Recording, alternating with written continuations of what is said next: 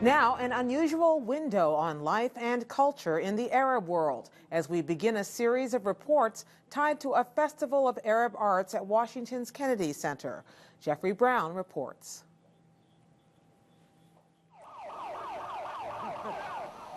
Most often, the Middle East conjures up images and sounds of war and terrorism, religious fundamentalism, and constant struggle.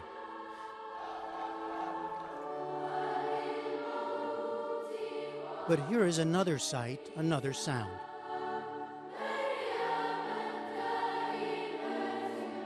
These are the children of the Al-Farah Choir, or the Choir of Joy. More than 100 Muslim and Christian young people who sing in a 30-year-old group founded by a Catholic priest in Damascus, Syria. Yesterday, some of the children sang at Mass at the Basilica of the National Shrine of the Immaculate Conception in Washington, D.C. A tune-up of sorts for their performance tomorrow as part of an ambitious 3-week festival called Arabesque, Arts of the Arab World, that opens tonight at Washington's John F. Kennedy Center for the Performing Arts. For Kennedy Center President Michael Kaiser, the festival is about art, certainly, but about something more as well. Well, I believe that peace comes from understanding, and so if we know more about other people and have a rounder view of them and a more educated view of other people, then we can start to make peace. I believe that this festival is going to help people to understand Arab people, to understand their aesthetic tastes, to understand their hospitality and their generosity and their passion, and we'll start to understand them not just as political beings, but as human beings. How, though? I mean, how does watching a dance or a theater or a musician, how does it do all that? Well, to start with, it comes from just showing another view of Arab people. All we see on television are people running around escaping bombs or thrusting bombs, and we don't see on television very much that has to do with the other side of the culture of the Arab people. So just having a dance company here starts to make people question, I didn't know they had a dance company, I didn't know they cared about dance. That's how it starts. Indeed, they do dance. The Karakala Dance Theater from Lebanon is part of this immense undertaking, which involves some 800 performers from 22 countries of the Arab world, stretching from North Africa to the Levant to the Persian Gulf, a region the organizers want to make clear of great diversity. We have to understand there isn't one monolithic Arab person. There are many different kinds of Arab people within those 22 countries, and I think that's part of what we're trying to teach. The culture of Morocco is very, very different from the culture of Syria, which is very, very different from the culture of Oman. In recent days, the Kennedy Center has been transforming itself for this $10 million festival, the most complex the center has ever presented. 2 tons of cargo have arrived from Arab countries. Massive arches and a masharabiyah, or window of carved wood latticework, constructed in Egypt, are part of an exhibition called Breaking the Veils, featuring works by Arab women artists. And a gift shop has been made over into a souk, or marketplace.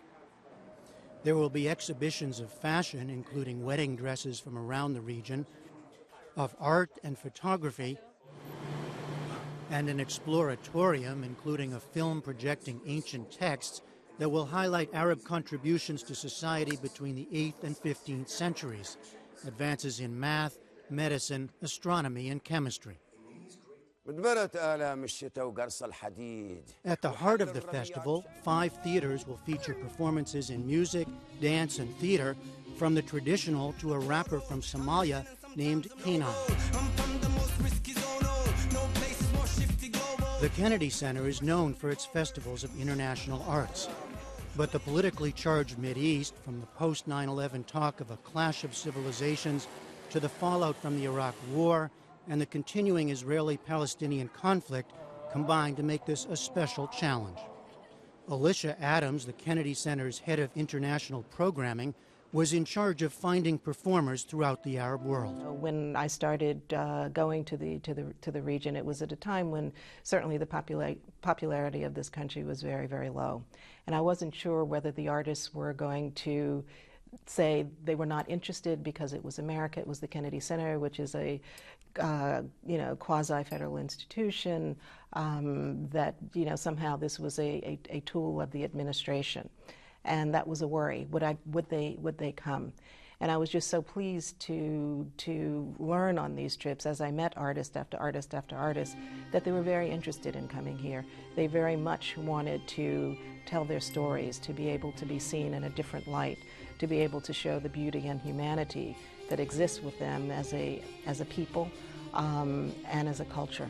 I think they want people to know that they're not terrorists. Among those coming to the festival is Aza Fahmy, an Egyptian jewelry maker who documents the history of her craft and adorns her pieces with Arabic calligraphy and poetry. I love my culture, and I love jewelry, and I put everything together. So when I read a book about Khalil Gibran, I like to see it on a ring, or I like to see it on a bracelet, or I like to see it on a pendant. In Kuwait, writer and theater director Sulaiman Al-Bassam explores issues of contemporary Gulf and Arab society with a twist by adapting the works of William Shakespeare. The society that he's describing is a society of power struggles, of individuals looking for and seeking new ways to be and to express themselves. So the work he makes kind of translates across different ages, different societies, different places. Lebanese musician Marcel Khalife is a singer, master of the oud or lute, and composer for small and large ensembles, who speaks of love in a part of the world that has been torn apart by strife.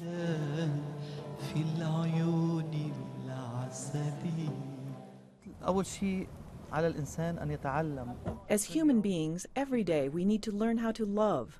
We need to learn and to read poetry and listen to music every day. Perhaps if we do these things, people will discover beauty and happiness. In Washington yesterday, Al-Farah choir members from Damascus said the festival creates a real opportunity to reach across barriers. We should touch the other hearts, and we should communicate people to people, and this is the main idea.